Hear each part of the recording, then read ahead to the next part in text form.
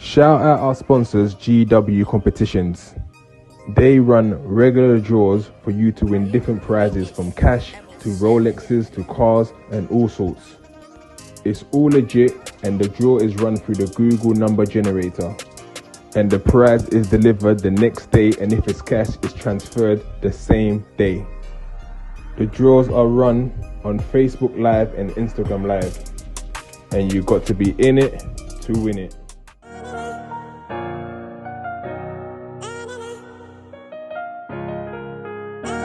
Ayo, who made this? MO7 did it again.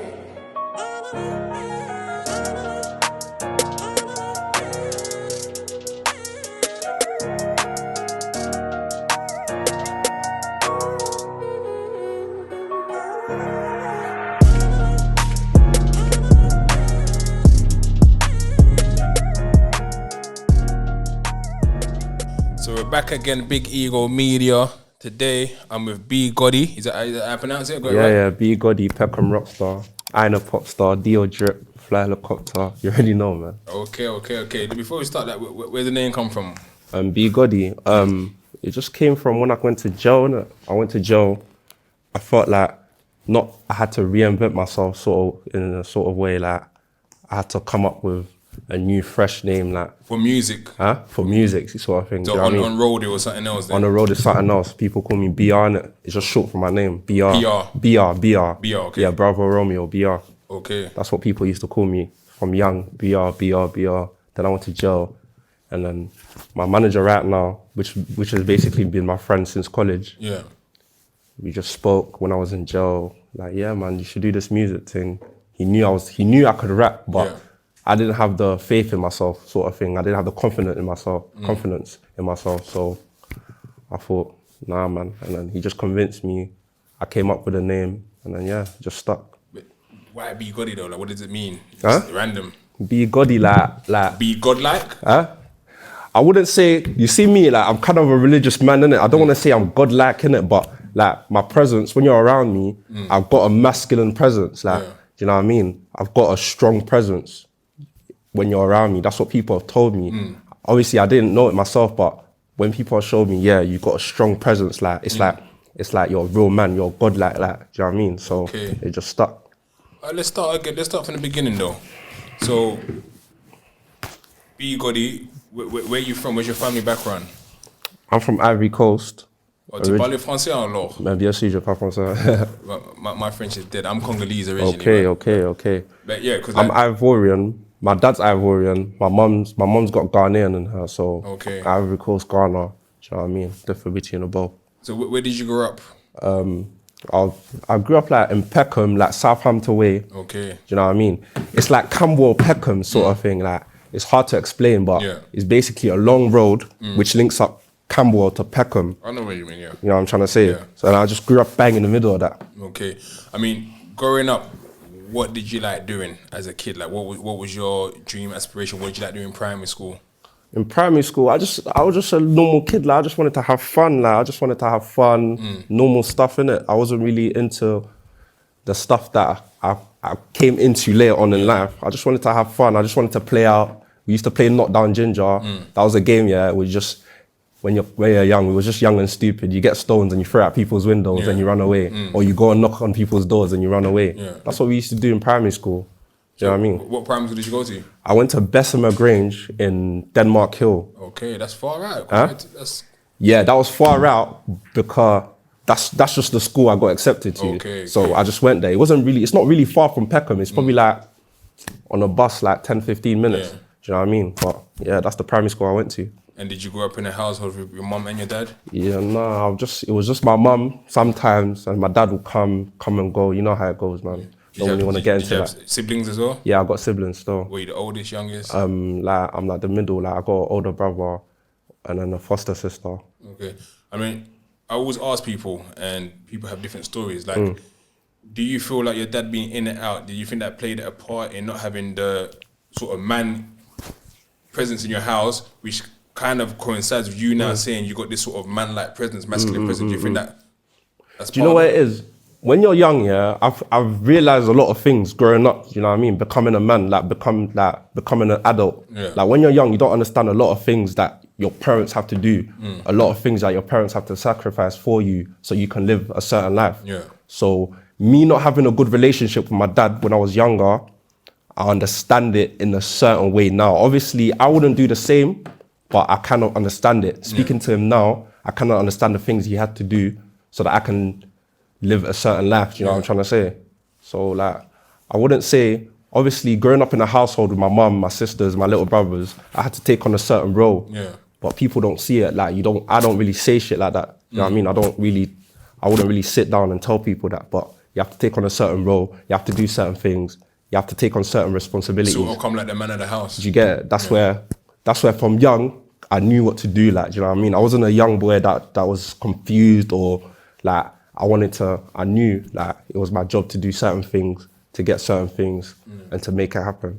And secondary school, did you go? I went Peckham Academy, Harris Academy at Peckham. That's the formal thing, but we call it Peckham Academy. And that's the same school I went to, actually. It was called Warrior Park in my days, and it's completely changed. I mean, in school, how was your behavior? Academically, was you smart? Was you clever? Was you intermediate? You see me, yeah, I've been like, I found school easy, innit? Because I'm just that type of person, innit? Like when I put my mind to something, I just find it easy. Do you know what I mean? So in school, like I was easy, like school was easy. I loved maths because I love money. That's one thing I love. Even my mum, I get it from my mum. I love money. So maths, I was good at that. Science, all of that stuff, I was good at that. Everything that I put my mind to, I was good at. It's just that certain things in school or certain things that was happening in my life outside school came into school, which affected my academic, you know what I mean? The academic side of things. But I did all right in school. I did well. You got all your GCSEs? Yeah, I got 11 GCSEs, A star to C. Okay. To be fair, coming from an African household, I kind of expect that as well, to be fair. And what about college? Did you end up going to college? Yeah, the first college I went to is Seater Westminster College. That was the first college I got accepted to. So I went there, you know what I mean? But college, like, when you go college, you just want to have fun. Like, you just want to see the girls and that. And Seater Westminster had the girls, you know what I mean? Like, but, like, you just want to have fun. That's what basically you think college is. Till I went to college and then I knew it's real life, like you have to work, like it's a serious thing. So yeah, I got into incident in college. They kicked me out, unfortunately, in that college. And then the second year I enrolled into SFX college. Okay. So the second year I enrolled there. I knew more people there because more people from the ends went there. Yeah. So I just had a great time as well. Like I was nearly finished and then that's when things went left. I went to jail. I got sent to jail. Okay, so let's start again a little bit. So I famously say all the time how I became a Peckham boy. I was walking up posts, going through the library, and someone from the Peckham boys tried to rob me, and then someone said, "What are you doing? That's my man's younger brother." And then, "Oh, sorry, you're part of us now." How did you get into the affiliation? How did it work for you? You see me, like I wouldn't say it was hard for me, but it was different for me. There's certain people that had brothers, they got older cousins, they got this person, they got that person that can just link them into it. It will be easy for them. Me, I had nobody. Do you know what I'm trying to say? I didn't have no older brothers, no older sisters. I knew this guy, that knew that guy. I was just like a fresh face. Yeah. Do you know what I mean? So I had to make a name for myself. Do you know what I mean? So. And how was that? Like, who did you just start hanging around with people? Did you? Like, it's basically stemmed from school. Like the older Peckham boys, like some of them came to the school and that. They're just the way I moved, even from young, the way I moved was 30. Like I knew what I was about. Like, do you know what I mean? I didn't really take shit from no one. I just knew what I was about. And some of the older Peckham boys, they really rock with that. So man just linked up with a few of them. And then, yeah, man. And then we used to chill in that park. There's a park called Kelly Avenue. New Park. It was called New Park them times because it just got built. Yeah. So we called it New Park. It's in Kelly Avenue. So that's where everyone really chilled around there. Like, you know what I mean?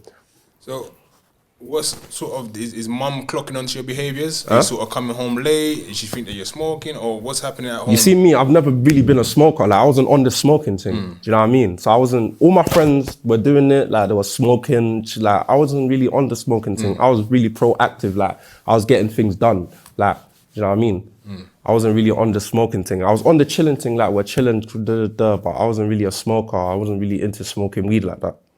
Okay. So, but my mum, like, it came to a certain point, probably like when I started secondary school, where my mum, she noticed certain behaviors, like it was just getting, I was coming home late, I was bringing back home new shoes, new this, like, you know what I mean? Things that a person my age shouldn't really be able to get his hands like onto, you know what I mean? Yeah. So at this point, is dad sort of checking in and saying what's going on? Yeah, my dad was there, like, you know what I mean? But he was there and he wasn't there sort of thing. Like, and when he was there, he wasn't trying to be understanding sort of thing. Yeah. He was trying to be strict. Yeah, you got to do this, you got to do that. If not this, if not that, and then he's gone. And then he's coming back. If not this, if not that. Do you know what I mean? That's where the relationship kind of clashed, you know what I'm trying to say? So it got to a point then, as you said, you ended up, I mean, before you even get that, I mean, music, when was you kind of interested in music? I've always been interested in music, you know what I'm trying to say? Always in my life, like my whole life. I can't lie, the person that really put me into music is kind of ironic, is my dad. Okay. He really put me into music. Like I used to listen to Michael Jackson, I can't even remember the names, like a few names, like those old school singers and like Whitney Houston, who else? Aretha Franklin, I can't even pronounce her name. Aretha Franklin. Diana Ross, all of them lot. Yeah. You know what I mean? I can't even pronounce her name, but yeah, all of them people. So what about in terms of sort of to want to start doing music yourself? That came later, like it didn't really come to my head, like because to be honest, everyone, like we all have our times, like we're in our rooms, we're listening to music, like yeah, this beat is hard, like oh, this beat is hard, yeah, let me write something quickly. But you don't want to be the best with the rapper, like a rapper or the best rapper in the world. You're just having fun, you know what I mean? You're just chilling, having fun, writing bars or whatever. That's basically where it stemmed from. And then chilling with the boys and that, chilling with the guys and that, like it just pops up like, yo, like, oh, this beat is hard. Let's put on the beat. We're just chilling. Let's put on the beat. You know what I mean? We'll just start rapping, just enjoying ourselves. You know what I mean? That's it. That's it, really. I mean, growing up in Peckham has got like I said, a long history. I mean, was you sort of clued up to the sort of area you was living in? Did you hear about all the stories of people back in the day? Yeah, of course. That will link into my prison life as well a lot, because the stories that I used to hear about the like old school Peckham boys back in the day, like it just comes into my prison life, like because ironically, I go to prison and I meet them. Okay. Do you get it? I meet the old school Peckham boys, like Zeph. Like, Zeph, that's my guy, you know what I mean? man. That's my big bro. Like, that's one of the only people I can call big bro because he showed me love. He said like another 18 months, I think another 18 months or so. It's a bit mad right now. I don't even want to speak into that, but yeah, man. Yeah. So when you met people like that, I mean, like I said, you heard all these stories. At any point, have you ever been sort of scared at that point of living in Peckham, or was you already fully involved in the lifestyle that you didn't see any sort of dangers? And stuff? You see me, I wouldn't really say I was involved into the lifestyle. I was out here from young. Like anyone from the hood, you ask them, BR, he was out here from young. Yeah. Like I was one of the first people to get a ped. I got a ped at 15. I was out here. I was doing things that, you know what I'm trying to say? I was really out here. So, but there's a lot of people I didn't know like that sort of thing. So I didn't really chill with a lot of people. You know how young people used to always go to the parties, to the this? Like there's certain people you always see at the parties. I wasn't one of them people. Okay. I was out there grinding sort of thing. So I wasn't really into all of that. Do you know what I mean? You there was at a party, I was at home counting profit. Yeah. Do you know what I'm trying to say? That's the kind of life I was living when I was like 15, 16. Do you know what I mean? So at what age do you end up going into prison? I went to prison when I was like at the end of my 17th, like basically my 18th. Indeed. Yeah. And what did you get done for? I don't really want to go into that still. How long did you get done? How long did you get? Like it was a bit mad. Like altogether, I think I just done just under 2.5 years. Okay. Because I got in jail. I got extra time for stupidness that I was doing in jail. Not stupidness, but things that you have to do in jail. Do you know what I mean? Because when you're in jail, you can't let anyone take you, especially a person like me. I can't let no one take me for a punk. You know what I'm trying to say? So if I have to do certain things, and I know it's got consequences, I'm gonna have to take them consequences to the chest. You know what I'm trying to say? That's how life is. I'm gonna play devil's advocate because you said something that's very crucial to me. What you just said right now. And I need you to think about this answer, right? You said you can't be taken for a punk, right? And because if you are, I guess it's male ego. You have to do something irrespective of consequences. Now, I spent 8 years in prison, right? And I spent time in Belmarsh. I spent time in Rye Hill, where many people, I'm talking about grown men, are coming back to the wing crying because the judge slapped them with 32 years, 33 years because as they just said, you know what? They felt they got violated. Obviously, I wouldn't say that's me now, innit? Do you know what I mean? That's the old me. That's what I'm trying to say. Like, I'm telling a story, do you know what I mean? Of before, when I was in jail. You know what I'm trying to say? As you asked, like, oh, how long did I get? That all ties into it. You feel me? So that's just basically the old me, like my mentality at that time. Like, no one's taking me for a punk. I don't care if you can hurt me. I don't care if you're bigger than me. We can go at it. Do you know what I'm trying to say? So, what's mum saying when, like, her son, you're in prison, like, as African being African, there's the shame of it. Oh my God, he's gonna say that, auntie's that. What was the conversation with mum? Like, when I was in jail, like, I'm not lie, I didn't really have too much conversations with my mother. Like, I don't know how to explain it, like, but we didn't have too much interaction, sort of thing. Was it her? Because my mum didn't visit too tough. Was it her showing you tough love, or you didn't listen? So sit there now. I couldn't really say, like, we don't really talk about it because I love my mum. I show her mad respect. I can't go to my mum and tell her, oh, you didn't visit me in jail. Like, what the fuck, bro? Like, come on, that's my mother. Like, do you know what I mean? She's done a lot for me. I show her mad respect. I show her mad love. So I can't really go to her and ask her mad questions like that. That's not how I was brought up, especially where I'm from. You have to show respect to your elders, especially 100%. Your mothers, your grandmothers, your uncles, your aunties. You know what I'm trying to say? So I can't really answer that. So I just brushed it, innit? Like, you gotta forgive, innit? That's the only person I know that I can forgive. It's my mother. Do you know what I mean? So I just brushed it to the side, and we got a good relationship. Even towards the end of my sentence, she came to visit me once throughout my whole sentence. We still had a good relationship. Like, she's like my best friend. No, I'd love to hear that, man. So, what jail did you end up going to first originally? Cool. I've been on a big journey on the jail thing. Like, I went to Thameside first. Okay. Cool. I was at Thameside for a year on remand. Remand is when you wait until your court date. They kept on extending it. So altogether, I done like a year on remand in Thameside. And then as soon as I got sentenced, after that year, I think it was a year and 3 months to be precise. After that year and 3 months, as soon as I got sentenced, I got into a fight with the gov. Like, a couple of days later. It's a funny story, let me tell you. One of my brethren, he's kind of sick in the head. I'm not gonna say his name to protect his identity, but he's kind of sick in the head. Cool, he was banged up in a cell next to me, sort of thing. Cool. I've come out to clean because I've been in that jail so long. The govs, they know the pattern. Like, I need to come out, like, or do you know what I'm trying to say? So I've come out to clean. He's having it out with the gov. He's cussing the gov through his door, like, gov, let me out. What the hell, like, let me out. I need to go get my meds. So I've told him, cool, I'm gonna go chat to the gov. Just cool down, like, cool down your head. He didn't listen to me. Cool. He came out. He ran straight to the gov. He's having a fight with the gov. Obviously, I'm not gonna watch my brethren.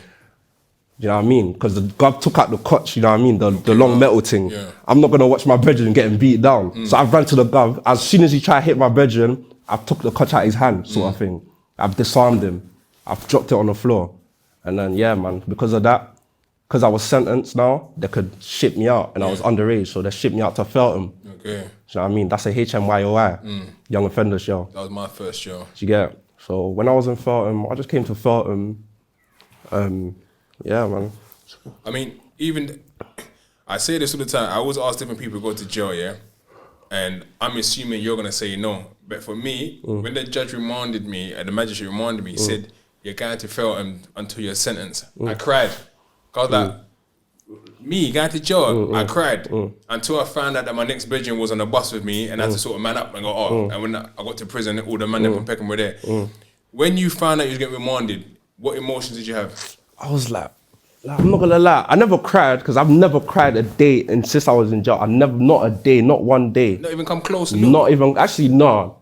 It was one day my granddad died, but that's normal, do you know what I mean? But because of this jail thing, I never cried because of that. I just had to stay strong, do you know what I'm trying to say? I told myself, I'm B Gotti, like, that's how I gas up myself. Like, ask my friends, like, I'm B Gotti, like, I need to stay strong, like, I need to have myself because no one will have me. Do you know what I'm trying to say? That's how I grew up. That's how I've gone about in life to pump myself up to do things. So when I got remanded, I was like, fuck, fam. There's a lot of things that I left hanging on the roads, sort of thing, because I was a young grinder. Like I was grinding on the roads. Like that was just left to dust. My mother, I used to help out my mother every week or so with the shopping, go buy shopping, go do this. My little brothers, I'm looking after them. My little sisters, I'm looking after them for my mum. I've left so much things hanging in the dust. Like that's what basically hurt me the most. Not the fact that I'm getting remanded, because I knew the shit that I was doing, eventually it will go to that. Yeah, there's a chance, there's a high probability it will get to that. I was just thinking about my family and the things I had sorted out when I was out. That's it. I mean, so what did you kind of spend your time in jail thinking about? At this point, I'm assuming you're seeing the music scene, you're seeing people do well. I guess Zone 2 are bubbling up a little bit as well. Are you then thinking, you know, I'm going to jump, like you said, your friend, college, you were you thinking about music at that point? To be honest, at the start of my sentence, like, I was just a very angry young man. Like, me, obviously, I was banged up with my family. Like, that's my family. His name is LV. That's my family. I was in jail with him. That's who I went to jail with. That's who I was remanded with. That's who I, you know what I mean? That's basically the start of my jail journey. So I was just with him. Like, we were just very angry young men. Like, we didn't understand what the system was. Like, the system didn't love us. We were just angry. Like, we just wanted to fight everyone. Like, we just had so much anger in our hearts, sort of thing. So basically, that was just the first part of my jail. There's just a lot of fighting, a lot of like misbehaving, not following the rules, sort of thing. Like, do you think that also comes with the pressures, I guess, of the roads? Huh? Because do you think that also comes with the pressures of the road? Because, like I said, what do you mean by that? I was in HMP ISIS, right? Yeah. And sometimes if you're in jail, especially when there's a lot of young offenders in there, but it's like there's pressures from outside. People saying, "Yo, my man's in the jail, do him something."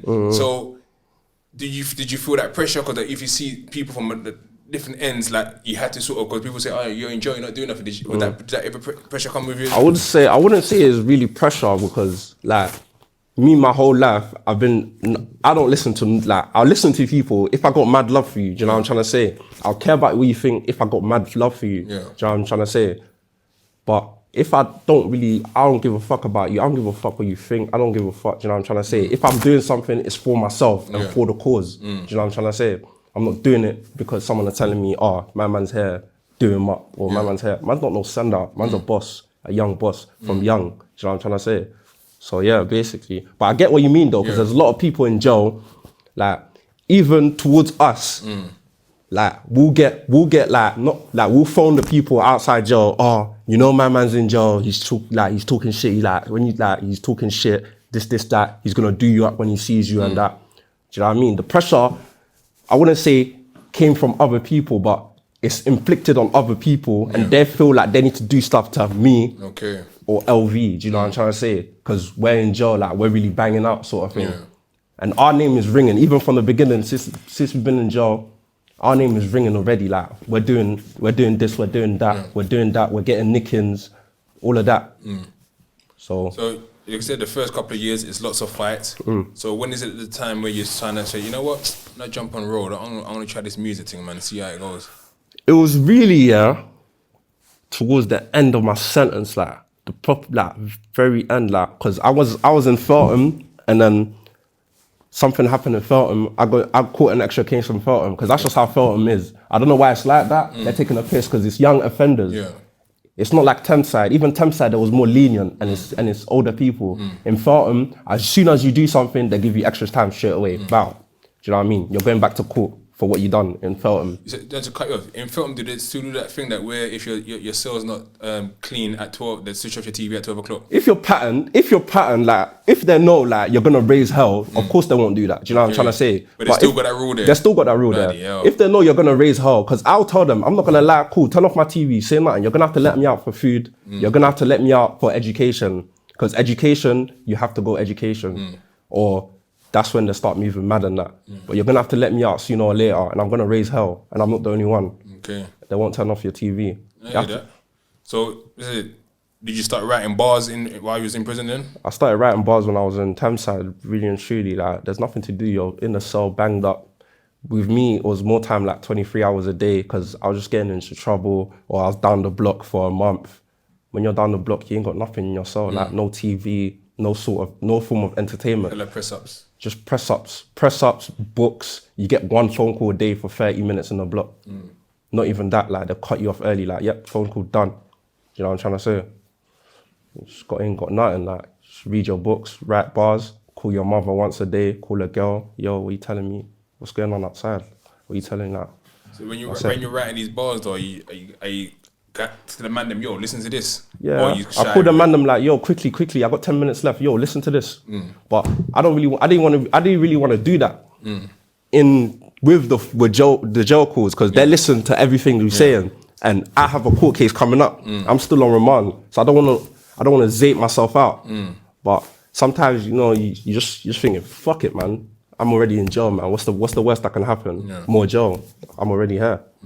So once you're released, then what's your kind of mindset now? That I've done 2.5 years now. I'm out of jail now. What's the mindset that you come out with? Is it a new person? Is it a new thinking, or is it like, you know what? I'm gonna be smarter. Like, personally, yeah, the thing I'll say, yeah, if you go to jail and you don't learn something, and you don't take something from jail, like, you've just wasted all your time. People say, oh, jail is a waste of time. Cool, yeah, I agree with that. Jail was a lot, like, it was a big waste of time for me, but I've learned so much from jail that I've taken back onto the roads. That's done a lot for me, sort of thing. Yeah. I've learned that you can't trust everyone, like, not everyone's really got you. Like, a lot of people in jail will really say that, like, not everyone that you chat to when you're on road has really got you. Because you be phoning people that wouldn't answer the phone. Especially girls, like, you're out here. I can't lie, out here, I'm young. I was going to college, I was driving. Do you know what I mean? I'm picking up girls, I'm gassed up. Yeah, we're going out to eat, this, that. I got bad. Certain girls didn't even answer their phone. I'm like, bro. But do you blame them? Because sometimes as people... And no, it's not like I ain't got no anger towards them. It's just, it is where it is. That's one of the things I used to tell myself in jail so that I can cope.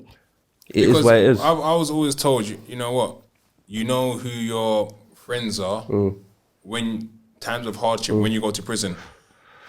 I could count maybe 2 or 3 visits I had in 8 years from prisons, but I chose not to, because I chose to do things my own way. So sometimes when you become successful, you stay with that mindset, because you know what? No one helped me, so when I come out and do my thing, I have that mindset as well. So, you know, you've come out of jail, musically, are you now saying to everyone, yo, I'm a rapper now? No, man. Myself? Even now, like, I wouldn't say I'm a rapper, because, like, I'm not a rapper. Like, I ain't released a tune in, like, 5-6 months. Like, I wouldn't say I'm a rapper. Like, I just came out with the mentality, like, I can't be the same as I was when I came in jail, because that's a whole load of waste. If you're the same now as you was 2 years ago, you've wasted 2 years, bro. Do you know what I'm saying? That's what someone really close to me taught me. Yeah. If time goes by and you don't make gradual changes, I'm not saying that becoming a millionaire in 5 months or become Superman in a year. Yeah. If you don't make gradual changes in your life, then you're just wasting time. And time is money, and money is important. Time is more important than money. Do you know what I'm trying to say? 100%. And people value money a lot, but they don't see time is more important than money. Time will always be more important. Like, time, but people don't see that.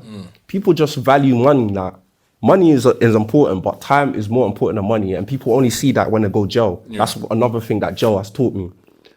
If you compare a person that's never been to jail with a person that's been to jail, their understanding of money and time, they will see that. If they really learnt the lesson when they was in jail, they will know. They will tell you the same thing. I mean, just again on the sort of on the music front, right? Why do you think no one from sort of Peckham, after the sort of the era that I grew up in of the old school gigs and so on, why do you think no one from Peckham has really cut through in terms of the mainstream? Is it because there's too much badness going on and the industry, like, you know what, we're scared of this? Because if you look at other crews, and you got like your OFBs, where you got your heady ones, you got your Tion Waynes and so on. The other area, you got your BGodies and whatever it is, all over the place. There's different areas where people of one person or two people who are prominent have gone through.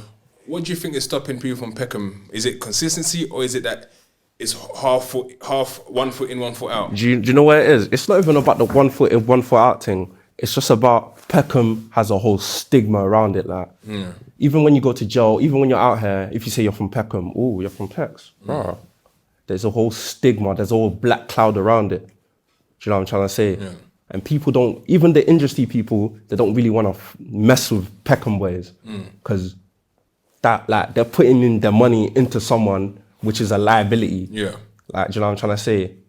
So that's the whole thing around Peckham. People don't want to put in their money into young men that are really out here because Peckham boys are really out here. Do you know what I'm trying to say? But do you think then that becomes a thing if you know that the industry are saying, look, you know what, you man are a bit too wild. It's time to kind of tame it a little bit. And because at the end of the day, we have to look at a bigger picture, right? We can't be a bad boy for 40, 50 years of our lives. There comes a point, like I said, I've interviewed so many people from Peckham on my platform, right? And they all come and tell me, yeah, it wasn't even worth it in the end. It wasn't even worth it in the end. So there comes a point where we're looking at a bigger picture. What is the bigger picture? Is to provide for my family and my friends, as you said, right? There comes a point where we say, you know what? The road stuff, let's just cut that out and then just concentrate on just doing the music thing or whatever other business I'm trying to run. Yeah, it's true. What would you say about that? I think it depends who you are. Do you know what I'm trying to say? People have different mentalities, especially where I'm from. People have different mentalities. There's certain people, they're stuck. Like, their mentality, they're stuck. They're in one place. This is me for the rest of my life. This is me. And that will never be me. The people that I'm with, that I'm around right now, that will never be them. Because they know this is just temporary. We're going somewhere. We're on the road to somewhere. People are stuck. Do you know what I mean? They're stuck on the highway. They're broken down. They're stuck. They don't want to get to nowhere. They're staying where they are. It's different with everyone. And when you talked about the music thing with Peckham boys and the way, it's all about how you do your tunes as well. Do you know what I'm trying to say? These big companies and that, they want that gangster shit. They want you talking bad, but it's the way you say it. People don't understand that. That's commercialized. You have to commercialize it. Do you know what I mean? When I came into the music industry, I've been in tune with this music thing. I used to listen to music all the time. When I was in jail, all the time. I've been in tune with it. I'm like, raw, like, everyone basically sound the same. Like, they're doing the same things. They're saying the same things. Like, they're not even saying it in a different way. I can tell you one line in one way and one line in the other way. You think, rah, it's two different lines, but it's the same line. Do you know what I'm trying to say? That's how they have to go about it. That's how I went about it. I'm saying the greasy shit in a lit way, like, do you know what I'm trying to say? Like, it's a lit way, like, ooh. People won't even take it in that it's greasy shit. They know it's greasy shit, but it's lit, like, ooh. You're making it a bit more wavy. You're making it wavy, like, I'm making people's head bop, like, yo, like, ooh, he said it that way. No way he said that. Oh, shit. What would you say is your hardest track? My hardest track is unreleased still. Okay, I hear that. It's unreleased still, but good marketing there. My hardest track is unreleased, no cap. The man them know, VBV knows, Max knows. My hardest track is unreleased. But the best track I got right now, I'll say Mary Jeans, man. People really rock with that, from the girls to the. I've got influencers playing it. Like, I'm shocked, like, people sending it to me, because I'm not really watching other people's stuff like that. I was doing my research yesterday, trying to find, because like I said, I'm 35 later on this month, so you guys are like much younger than me, so I'm trying to see what the vibe is, what's going on in Peckham, so I'm trying to listen to a lot of your stuff. The song is lit. I enjoy that. Do you see at a time where you can be successful from this music thing? Do you see it coming? Can you feel that? You see me, I wouldn't be doing something if I didn't see me elevating from it. Do you know what I mean? That's why at a certain point I really wanted to stop the music thing, because I didn't really see myself elevating from it. I'm not wasting no time. Why am I wasting time in that if I don't see me blowing up, getting money, helping my brothers, helping my mother, helping my sisters, helping everyone around me get out of the hood as well at the same time, together, shining together. That's all I'm about. Because when I'm doing certain things, I'm not doing it for myself. I'm doing it for the cause as a team. So, but right now, of course, I see myself going places. Like, my manager spoke to me like, yo, you need to focus. Like, if I focus, I can really do it. And I'm starting to see it more every day. As I'm going to the studio, I'm starting to see it and hear it. So. And is it just sort of on the drill beat you're gonna do it, or can you change up the beat hip hop? Do you know what's funny? When I was in Feltham, there was it's called workshop, innit? Yeah. It's basically like you have to go to education and there's a workshop.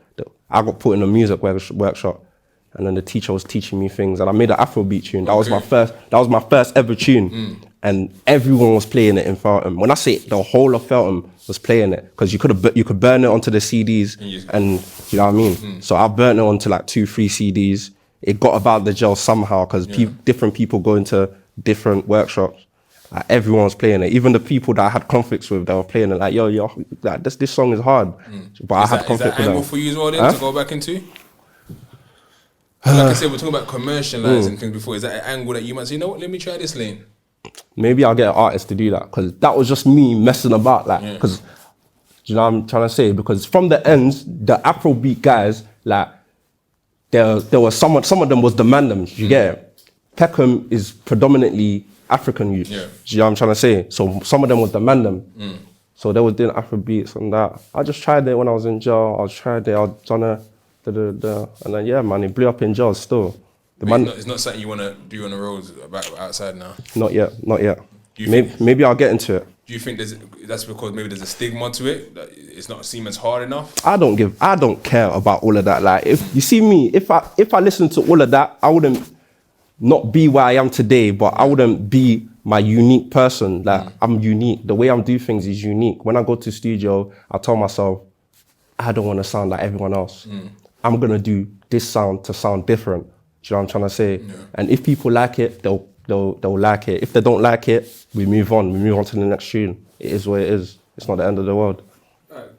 And another thing I'm going to touch on quickly, I don't want to dwell on it too much. So like I said, I did my history and then I started looking at videos. And you was involved in an incident where you end up being in hospital. Within that, not to go into too much details, was you ever fearful of your life at the time? Did you think, oh my, like, wow, this could be it for me? At that point, you don't really think about that. Like, yeah. You know what I'm trying to say? You've got so much adrenaline pumping inside of you. You're thinking, I need to survive. I need to get out of this situation. You know what I'm trying to say? I'm gonna get out of this situation. It's just the aftermath of that. That's when you think, oh shit, that could have been me, you know. Fuck, you know, I need to move correct. Yeah. That could have been me. At that point, you don't really think of that. Yeah. You get it? Because you're in the action. Has it made you kind of sort of reassess life and reassess sort of things now? I know you said you have to move correctly, but in the sense of like, you know what? I could have just gone just now, because like I said. You see me, I just take everything onto the chest, like, you know what I mean? I don't, like, there's no complaining, there's no going back, like, I can't turn back time. Yeah. I just take everything onto the chest and move on, you get, and get better and elevate. That's what life is about. You take an L, you make that L into a W. That's what life is about. That's it. And I just made it into a W, and I'm about to go. Do you know what I mean? I'm not stopping. So what now can we sort of look forward to in terms of BGody? What sort of music is coming out? What project are you going to release? A project? Is there like a group project? Is there? Right about now, man, I'm just going studio. I'm just taking it bit by bit. I'm just going studio because I'm not signed. People think I'm signed. People think like we're doing this together independently. Me, VBV, Verified by Vels, Max Loso. We're doing this independently. Do you know what I mean? And is it new sound? Like, my manager, I'm not gonna say his name, but my manager as well, he's been the pillar for it, like, do you know what I mean? He showed me, yo, this is what we can do. Don't mess about. This is the kind of money we can make. Yeah. Like, every time I speak to my manager, we'll talk about figures. That's what makes me want to do things. Like, that's what makes me want to push through this music thing. We don't gossip, we talk about money. Yeah. He phones me, yo, money's calling. That's my manager, cool. We talk about how you been, what's going on, what's the next step for us. That's all we do. We elevate. So, yeah, man, I'm just going studio bit by bit, just collecting these tunes, listening to them, and then, yeah, man, seeing if they're good enough. I'm gonna release. So is it sort of a team thing now? Is it like, for example, like YPB? Is that like sort of the music? There's a team of that now, or is that YPB? Like it's more the. I'm from Peckham, innit? Yeah. So So people know YPB, innit? I'm YPB, innit? Yeah. The music thing is Drippy Drilly. That's my brand that I've made, innit? That I've made. Do you know what I mean? DXD, Drippy Drilly. That's the brand. Okay. So some people know that, but I'm trying to push that even more. Yeah. And then dwell into other things like sign artists, do all of that. But man, just working on that. I've been speaking to a few people, trying to get investments. You know how it goes, man. I don't really want to talk about going to that, but in terms of sort of collaborations, what can we look for in the future? I don't even want to talk about the stuff that I want to do because you know what I mean, you don't really talk about it. But there's some things coming in the future. Like I'm not out here just wasting time. We're really trying to build up. So when we're ready to release, when we're ready to show people what we've been working on in the background, we can show them. I mean, if someone had to describe you in 3 words, what would they say about yourself? What would they say? What would you describe me in 3 words? Just meeting me now. I'd say you're confident, articulate, and assured. Even confident and assured could be the same, but I'd say you're confident, articulate, and assured. Pick one more word. Pick one more word. Yeah. It's 2 words. Because it reminds me of myself. Good arrogance. There you go. You just answer your own question. Easy. Do you take those words in? I really do. Like I take those words in. Yeah. Like people don't understand certain things. Like people don't understand me. Like they see me on the net. They see me doing this. They think, oh, this guy is arrogant. This guy is this. This guy is that. Bro, I really stayed down till I was up. I'm not saying that I'm up. I'm rich right now, but I really stayed down. I really hustled. Like when people was going to parties, I used to see Snapchat. Like I used to go on Snapchat. Like, oh shit, he's at this party. Fuck, but I'm staying down because it's a build up. It's a build up. A lot of people didn't understand that from a young age, and then they're paying for it now. Like, do you know what I'm trying to say? So who taught you that discipline? Because sometimes it's the fear of missing out. People want to go to the parties. How did you get that discipline? Like I got it from my mum. Like I just used to look at my mum. Like she's just a hard worker. Like she used to get up every day, look after us, cook us food, do this for us, do that for us.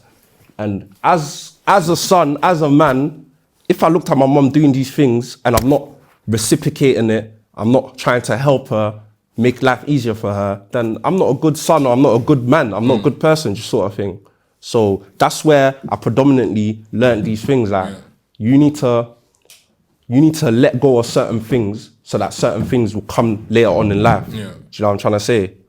That's what I'm about. And in regards to Ivory Coast, do you go back? Have you gone back yet? Right now it's a bit techie, man. Just a lot of things going on, but I'm not really gonna dwell into that. But soon we'll be back, man. Trust me, man. There's things going on there though.